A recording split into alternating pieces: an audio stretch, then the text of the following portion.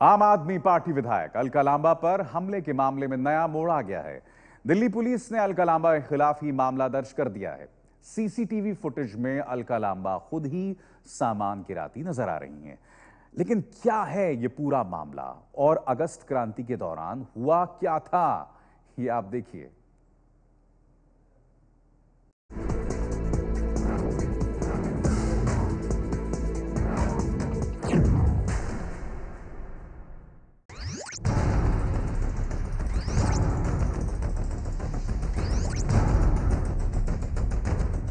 CCTV की ये तस्वीरें आम आदमी पार्टी और बीजेपी के बीच नई जंग की शुरुआत कर चुकी हैं। बिल्कुल इनका प्रयास था, मैं डर जाऊं, मैं पलट कर इनको कहा कि मैं नहीं चाहूंगा। वो बिल्कुल व्यवस्था के प्रति मेरा गुस्सा है। हमले के बाद धक्का नहीं दिया, पुलिस को मैंने दिखाया सो रहे हैं आप, जागिए, हमला हो चुका है। जो भी गुंडा या गुंडी केजरीवाल जी के यहाँ आएंगे तो जो यहाँ पे इस बदनीयत से आएंगे वो सीधे साधे नहीं जाएंगे, उनको स्ट्रेचर पे जाना होगा।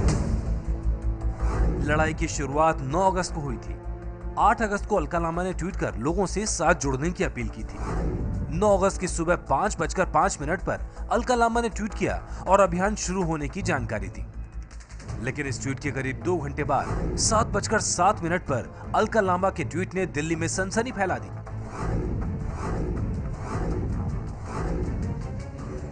अलका लांबा ने खुद ही चोट लगने की तस्वीरें जारी की। मामले में दूसरा मोड़ आया 9 अगस्त की रात, जब अलका लांबा से जुड़ी पूरी घटना का एक वीडियो जारी किया गया। ये देखिए, ये है वो वीडियो। ये सीसीटीवी वीडियो कश्मीरी गेट स्थित शिव स्नैक्स दुकान के अंदर का है। फुटेज में दिखाई दे रहा है कि अलका लांबा कैसे अपने समर्थकों के साथ दुकान में घुसी और बिलिंग मशीन को उलट दिया। उसके बाद एक आप कार्यकर्ता ने पूरे कैश काउंटर को पलट दिया। जिस समय ये हो रहा था, दिल्ली पुलिस साथ खड़ी नजर आ रही थी। बीजेपी की तरफ से इसे अलका लांबा की गुंडागर्दी बताई जा रही है। वहीं अलका लांबा की तरफ से कहा जा रहा है कि इसी दुकान में आकर आरोपी छिपा था। ये जो फुटेज दिखाया जा रहा है, ये हमले से पहले का या बाद का, ये बहुत महत्वपूर्ण है। ये बाद का है, जब मुझ पे हमला हो जाता है और मैं खुद हमलावर को, इससे ऊपर जो एक दुकान है जिससे वो हमला करता है, इसी दुकान के ऊपर से, जो बीजेपी के नेता की दुकान बताएगी स्थानीय लोगों द्वारा।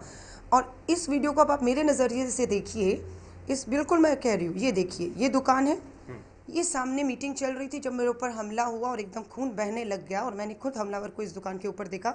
अब देखिए, पुलिस इस दुकान के बाहर खड़ी है, ऐसा नहीं पुलिस नहीं थी, पुलिस थी। हमला होता हुआ पुलिस ने देखा और यहाँ से मैंने इस शख्स को जब इस दुकान के ऊपर देखा तो मैं इस दुकान के अंदर आई और ये शख्स जो काउंटर पे है, गुस्से में थी, खून से थी, ये बुरा मुस्कुराते हुए इसने कहा अंजाम देख लिया करके।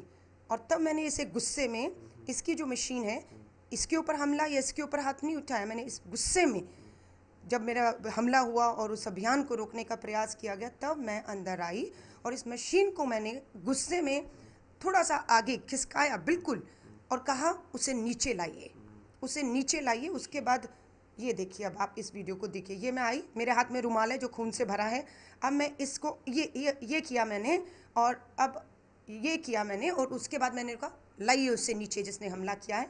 फिर मेरे साथ ये जो शख्स है और इंदू जी हैं, जो बिल्कुल स्लम और ड्यूसिप में, ये जो स्लम के लोगों पे काम बुराना करते हैं, इन्हें भी हमने इस अभियान से जुड़ने के लिए अपील की थी, ये पहुंचे थे। उसके बाद ये जो मेरे साथ लड़का है, इसने जो है, फिर जब इसने मुझे कहा अंजाम देख लिया, और हम दोनों जो है अंजाम देख लिया करके, उस लड़के को और गुस्सा आया कि हम एक नशे के खिलाफ लड़ रहे हैं और आप इस तरीके से हमला करवाते हैं और अंजाम भुगत लिया कहते हैं। तो ये लड़का फिर आदमी पे हमला नहीं है, उसी मशीन को गुस्से में दोबारा करता है और हम दोनों, इंदू जी और मैं, दोबारा देखिए, इंदू जी और मैं रोक लेते हैं, उनको नीचे लाने को उसको बोलते हैं और हम दोनों इस लड़के को वापस ले जाते हैं और पुलिस को कहते हैं आइए, और अब पुलिस आ रही है।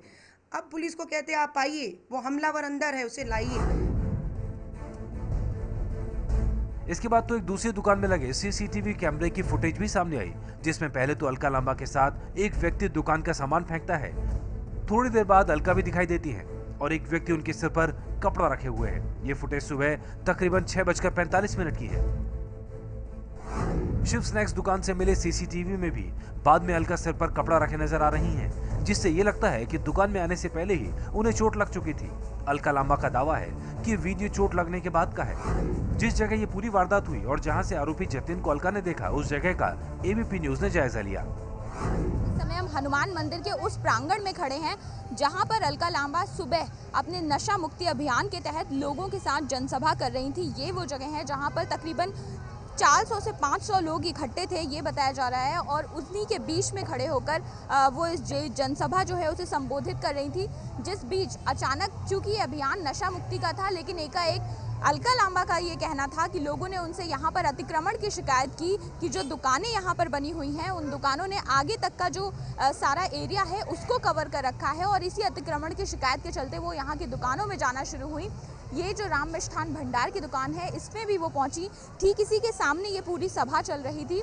अतिक्रमण हटाने के लिए अलका लांबा के साथ कुछ लोग जो मौजूद थे वो भी यहाँ तक पहुँचे, और इस दुकान की सामान, जो इस दुकान का सीसीटीवी फुटेज है, उसमें भी दिखाया जा रहा है कि यहाँ पर रखा जो सामान था उसको यहाँ से पहले फेंका गया। उनके साथ जो 1-2 लोग मौजूद थे, उन्होंने इस सामान को यहाँ से फेंका और उसके बाद आगे की दुकानों में भी गए। हालांकि इसी बीच ये बताया जा रहा है कि अलका लांबा के सर पर पत्थर लगा, और जिसके बाद वो काफ़ी गुस्से में पहले तो इस दुकान पे आई और उसके बाद इसके आगे की दुकानों की तरफ गई।